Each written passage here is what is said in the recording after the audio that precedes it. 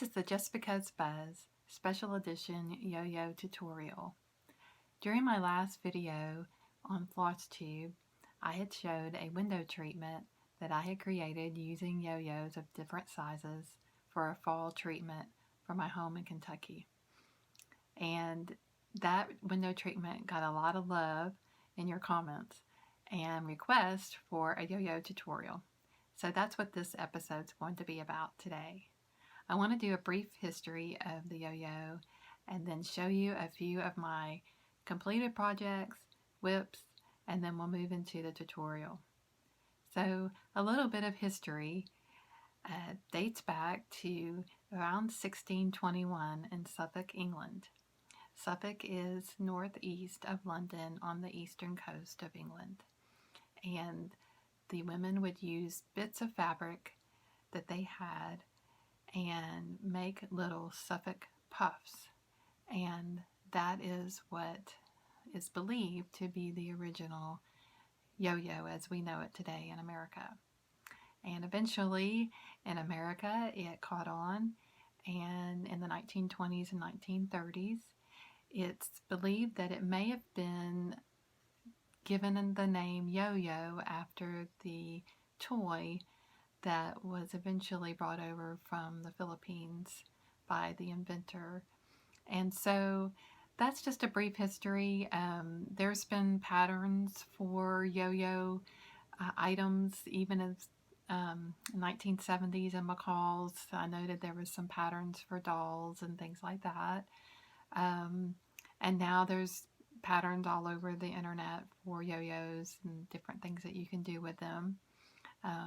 Sometimes you may have heard of a yo-yo quilt, and although it's not a quilt in the sense of the top, the batting, and the backing, a lot of times it was just yo-yos sewed together and it was more like a coverlet.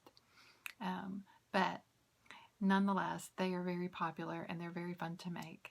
And so that's what's prompted this special edition of the Just Because Buzz.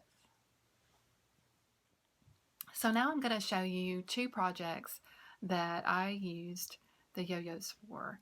One of them you've already seen. It was the window treatment. And so I will show that again, and it'll probably make an appearance again when I'm doing the tutorial so I can show you different sizes.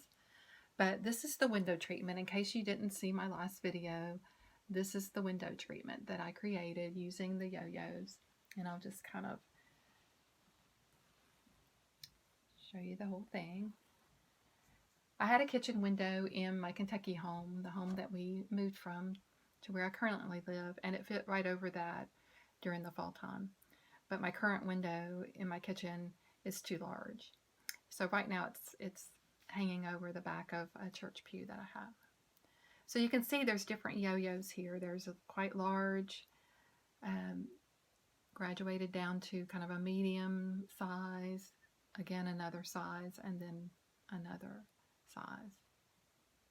And then some of the yo-yos here and here are turned around, so they almost give a button effect for the center.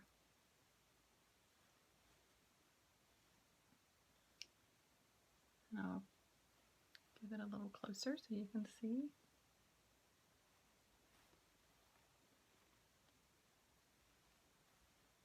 Okay, so that's the window treatment.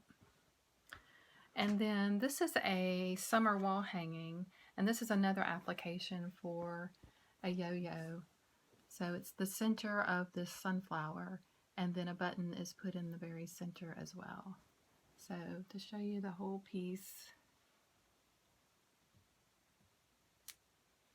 and then, so that's an application you can use as well. All right. So some whips that I have going on right now, one that I've been working on the last few days since we last visited is this Christmas tree with yo-yos. And it's very similar to the wall hanging I just showed you as far as the style of the wall hanging, with the row of blocks at the top and then a couple of rows at the bottom. But then the Christmas tree is made up of all yo-yos and just different colors with placement. And this idea wasn't original with me. I saw it in a quilt shop in Kentucky and asked if I could take a picture of it, and they said yes. And so I did take a picture of it and came back and kind of made my own. So that's another application you can do.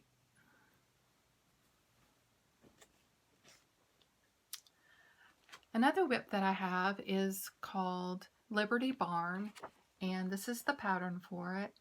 And it's in the center, the barn is embroidery, and then it is framed with the yo-yos.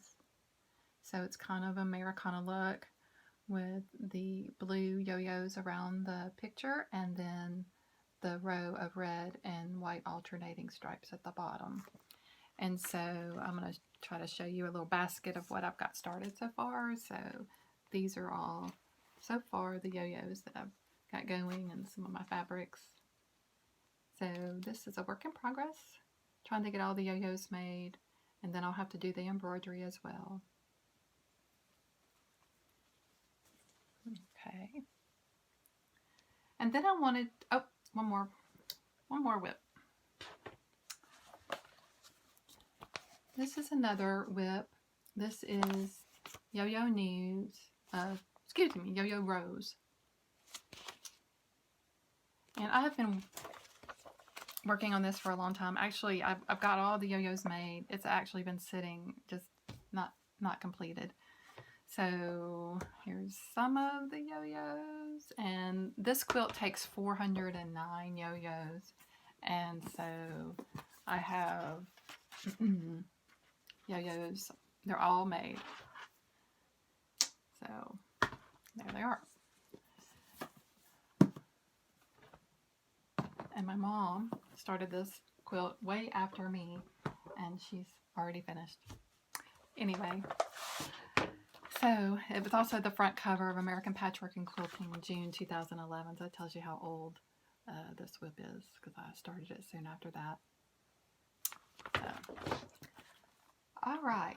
And then I wanted to share with you some patterns that I have made, but don't have any of the little products anymore. But this is a keychain that you can make with a yo-yo, and it's by So Thankful, and it's on their blog, and I just checked a few minutes ago, and it's still available. It's a free pattern. So just wanted to show you that. Those are a lot of fun to make, cute little gifts if you wanted to do that. And then a couple of publications I wanted to show you.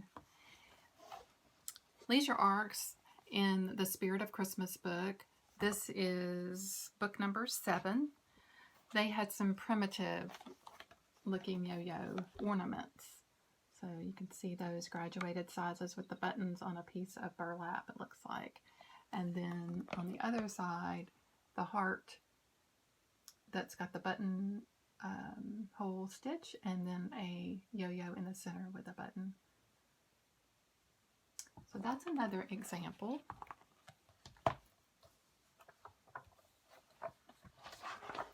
And then in Annie's Time-Friendly Quilts, this publication, it came out in April of 2018, or the spring of 2018. And there's a couple of projects in here that use the yo-yos.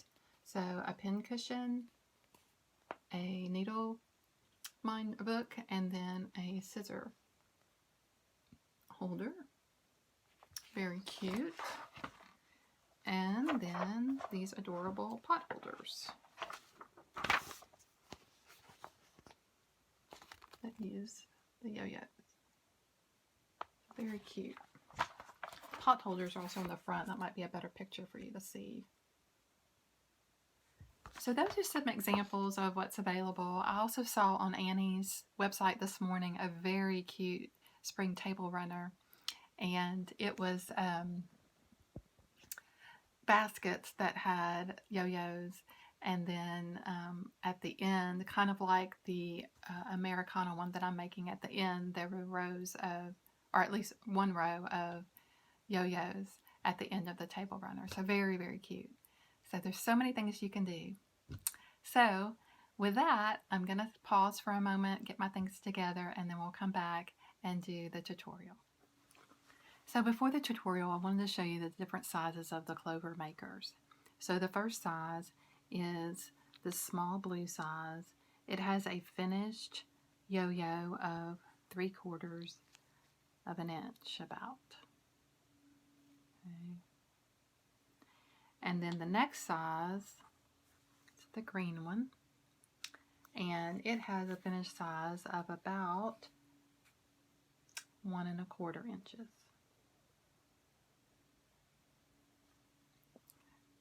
The next size, the orange one, and it has a finished size of about 1 3/4 inches.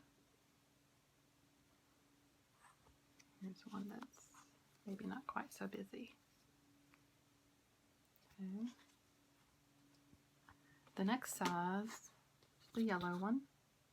This is the one I'll be using for the demonstration. The finished size is 2 3/8.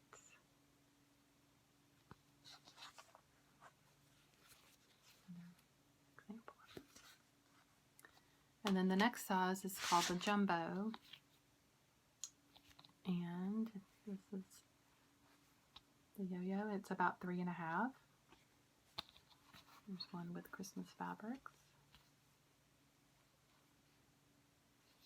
And I actually used this one to make the pincushion portion of this. Even though I didn't use it as a yo-yo, I was able to use this as my gathering tool to make the top of my pincushion. So I thought that was pretty fun. Here's another example. I used this yo-yo maker to gather the fabric for my pincushion tops. So that was another use for it. Before yo-yo makers by Clover, you would use things from your home. So it might be something from your kitchen, like a biscuit cutter or like a plate. And so you would lay your fabric down wrong side up, put your chosen item down, draw a pencil circle around it, cut about 1/4 to 3/8 inch outside the edge of your pencil circle, fold that edge down, and do a running stitch all the way around. So that's how it was done prior to the Clover makers. So that's just a little history of how it used to be done, and then now the Clover makers are out and have been out for several years now. And next I'm going to show you how to use the yellow Clover maker, which would be a tutorial that could work with any of the Clover makers. Okay, so now we're going to learn about how to use the Clover maker. I'm going to use the yellow Clover maker, and the finished size of it is about 2 3/8. So there are two parts to the Clover maker. There's the bottom part that has a lip on it. It's kind of like a tray, and it also has what I like to call the little smiley faces. Just the little smile.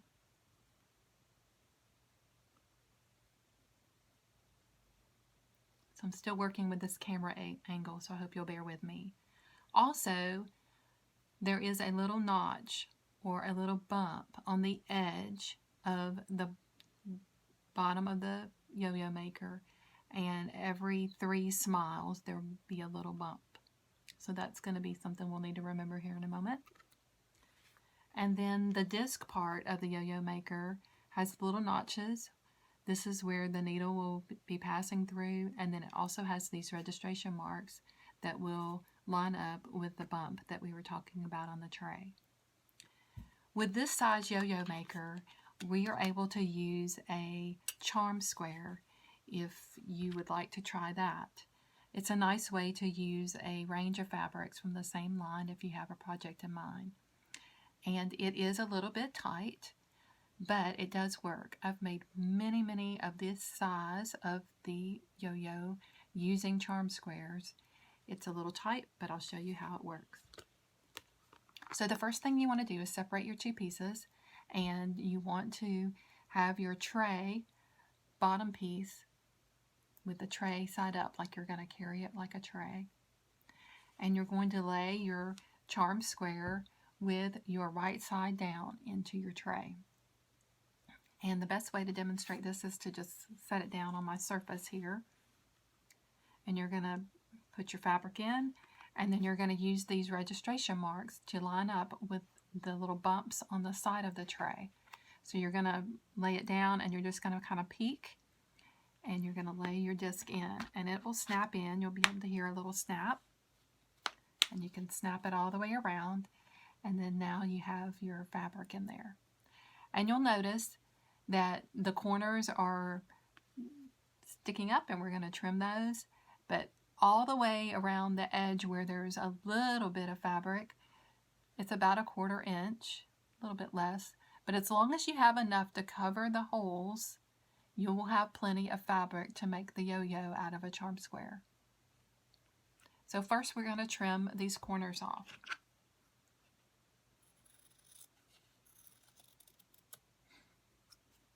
We're leaving about 1/4 inch here for the charm square.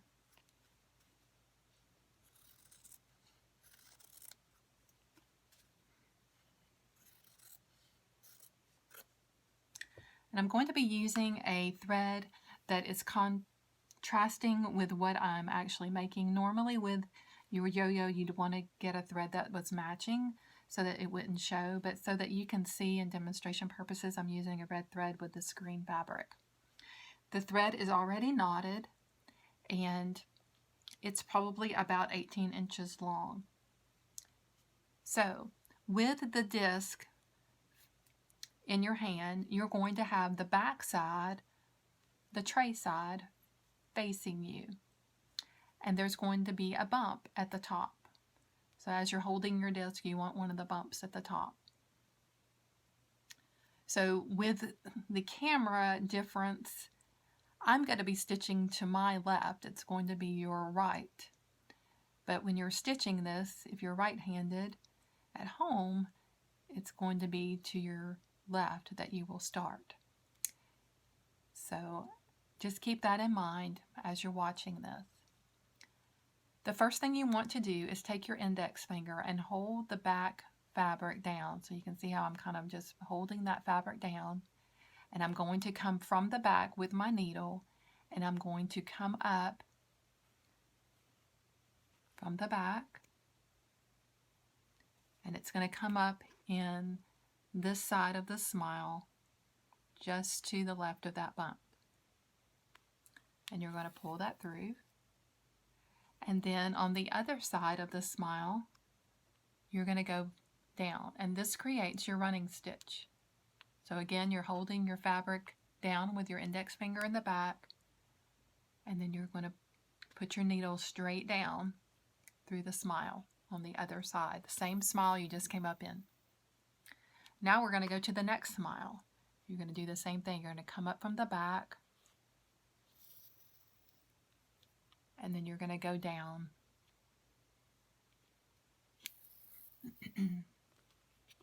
And we're going to go all the way around, smile after smile. And you keep taking your index finger and you keep holding that fabric down. And you'll notice I'm never going over the edge. I'm never coming over the edge of the Clover Maker, because if you go over the edge, you're actually going to be sewing your maker into your yo-yo, and you won't be able to get your maker out. It'll all be sewn together. So you're never going to sew over the edge. You're never going to bring your thread over the edge. It's going to go up and down through your smiles.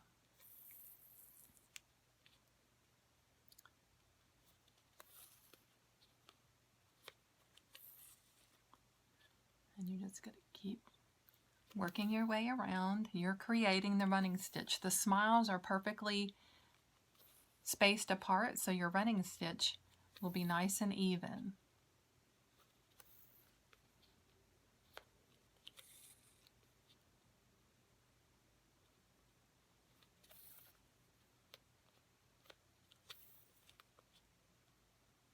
And I just keep using my index finger on the back side to hold my fabric down so that I'm catching both pieces of fabric.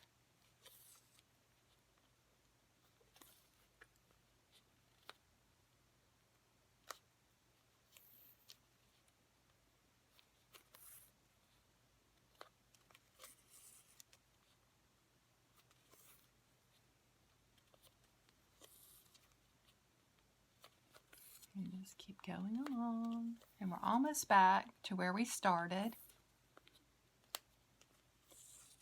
So this is the last smile before, whoops. Okay. So I want you to see, you can see the little red stitches in there. Okay, so I'm back to where I started, which is right here. I'm going to come up through that one more time. I'm going to come up and down one more time. Missing the knot. I'm not going to stitch through that knot. Okay, so that one has 2. At this point, I'm going to take my thumb and I'm going to push the disc out. So now back to 2 pieces. Lay your tray down. And there's your disc. You can see where you've gone around. There's where the smiles are. Now you can push your disc out. Just gently pull your fabric over the edge. And it will slide out. And lay that down. So now you have your yo-yo. And it's evenly stitched. And you're going to pull up.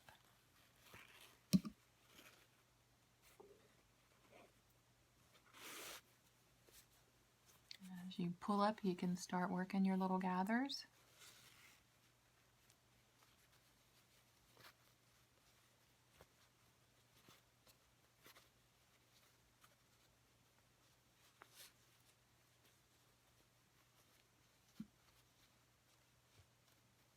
You can pull it tight, and so there's your yo-yo. Now to tie it off, you want to go where you just ended. So my thread's coming out right there. I'm going to take a little stitch in there. Just go down kind of deep in there, about midway in that fold. Pull it almost till you have a loop, and then take the side that's helping you with the gather. Pull that one more time. Hold it in your hand like this. And in the meantime, you can pull the other thread and just loop it in a couple of times.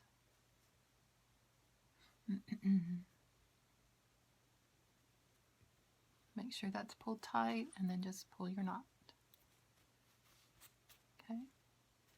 And now we're ready to trim that thread.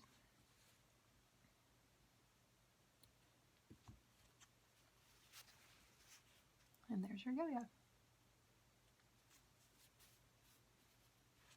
I think it's fun to see how the fabric looks once it's put into a yo-yo compared to this is what it looks like without being gathered, and then how it looks after it's been gathered. I think that's pretty neat. All right, so I'm going to try one more for you, show you again. You're going to have your tray up, like you're going to use it as a serving tray. You're going to lay your fabric in, right sides down. You're going to take your registration marks on your disc, you're going to lay it in there, and you're going to line up your registration mark with a little bump. And as you lay it in, you'll hear it snap, and you're ready to go again. I hope this tutorial was helpful. I would love any comments, any questions. Be glad to help you in any way I can. And thank you so much.